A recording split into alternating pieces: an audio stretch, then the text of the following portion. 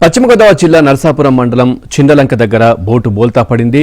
ఈ ప్రమాదం నుంచి 7 మత్స్యకారులు ప్రాణాలతో బయటపడ్డారు. కోస్ట్ గార్డ్, పోలీస్, తీర ప్రాంత మత్స్యకారులు సాయంతో వీరంతా సురక్షితంగా ఒడ్డుకు చేరారు.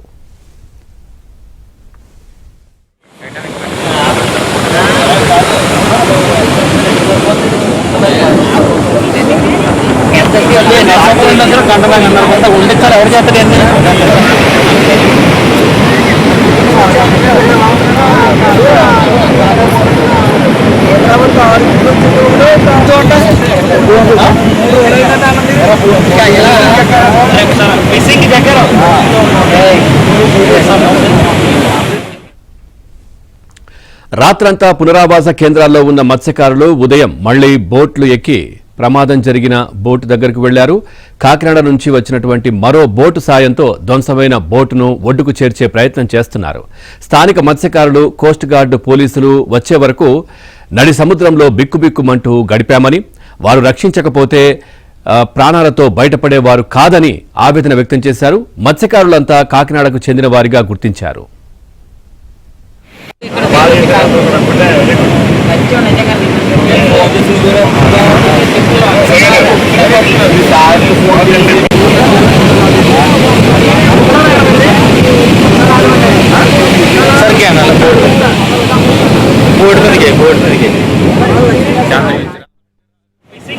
మాది కాకినాడ అన్న.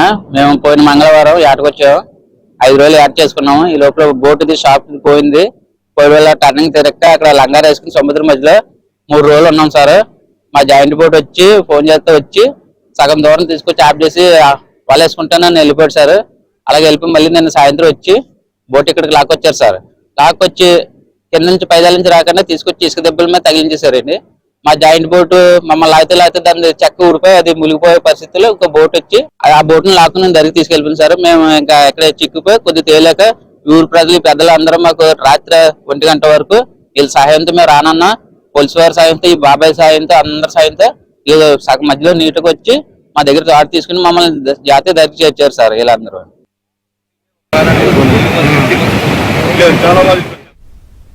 పశ్చిమ గోదావరి జిల్లా చిండలంక దగ్గర బోటు ప్రమాదం జరిగింది. బోటు బోల్తా పడింది.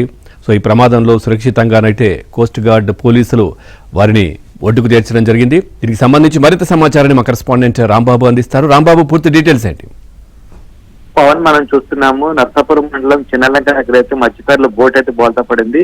ఈ ప్రమాదం నుంచి 7 అయితే మత్స్యకారులు సురక్షితంగా ప్రాణాలతో బయటపడ్డారు.